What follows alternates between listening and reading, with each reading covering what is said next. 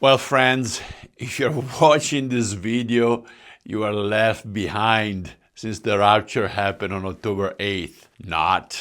It's just amazing how many still try to second guess the coming. And having said that, we do know that some steps toward the fulfillment of certain prerequisites are happening, including a practice of a red heifer sacrifice, which was done this past July, and the acceleration of plans to rebuild the third temple in Jerusalem. It was prophesied in Daniel 9:27 and in 2 Thessalonians 2:4. In Jerusalem, King Solomon built our temple, which stood for many centuries. In Jerusalem, Jewish exiles from Babylon rebuilt the temple, which stood for many more centuries. In Jerusalem, the Maccabees rededicated that temple and restored Jewish sovereignty in this land.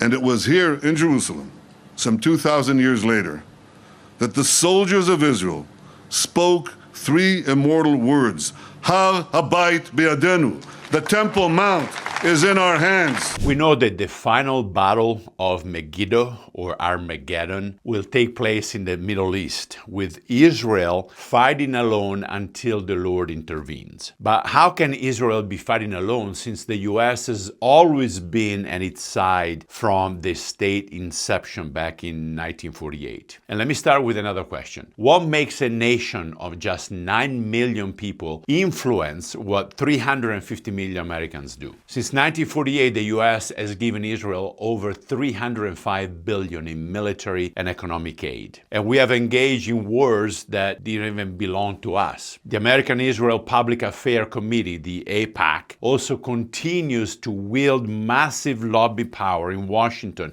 influencing senators, policies, and perhaps even presidents. Historically, many prominent figures in media, business, and banking have been of Jewish heritage, and that intensifies Israel's influence in Americans' affairs. But is it all political? Not quite. There is also a deep religious component. Part of the answer lies in what is known as Christian Zionism, the belief that the modern state of Israel is a fulfillment of biblical prophecy and the necessary step before the second coming of Jesus Christ. Now, the other reason seems simply opportunistic and is based on Genesis 12:3, where it says, "I will bless those who bless you, and whoever curses you, I will curse." And that is the Abrahamic covenant, which is an unconditional promise made by God himself, one that he will honor even if Abraham fails. So it's not surprised that some Christians and politicians want to receive the blessing of this promise. So then, if America's loyalty to Israel is grounded both in faith and in strategy, how could that bond ever break? Or at the very least, how could the U.S. allow Israel to fight on its own? Well, recently things seem to have shifted. The events in Gaza are beginning to shift the public opinion. Support for Israel has weakened among several groups here in the U.S., especially the Gen Z and millennial conservatives. And some of them actually threaten to withdraw their support from the current administration. And it seems even that President Trump is putting distance between himself and Netanyahu's increasingly aggressive policies. The late Rabbi Menachem Mendel Schneerson, known as the Rebbe, the most influential rabbi of the 20th century, told the young Benjamin Netanyahu that he would serve as Israel's prime minister and that he would hand the baton, listen, directly to Messiah when he was done. But then again, a lot of these rabbis over the centuries came up with some strange observations, some that are actually very derogatory to Christian as expressed